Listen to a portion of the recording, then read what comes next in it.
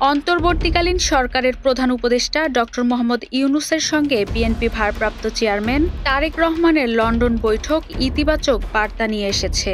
১৩ই June Dorchester হোটেলে আনুষ্ঠানিক বৈঠকে নির্বাচনের দিনক্ষণ নিয়ে সৃষ্টি ধোঁয়াশা অনেকটাই কেটে যায়। আগামী ফেব্রুয়ারির আগেই নির্বাচন হবে এমন বার্তা দিয়েছেন ইউনূস। বৈঠকে অংশ নিতে যাওয়ার সময় তারেক বলেন, দেশের জন্য যে কোনো ছাড় দিতে প্রস্তুত। সহযাত্রীদের তিনি বলেন, দেখি দেশের জন্য কিছু করা যায় কিনা। বৈঠকের পর ফেরার পথে তারেক ছিলেন উৎফুল্ল। তার উপদেষ্টা হুমায়ুন কবির বলেন, বৈঠকের বার্তা ছিল একেবারে পরিষ্কার।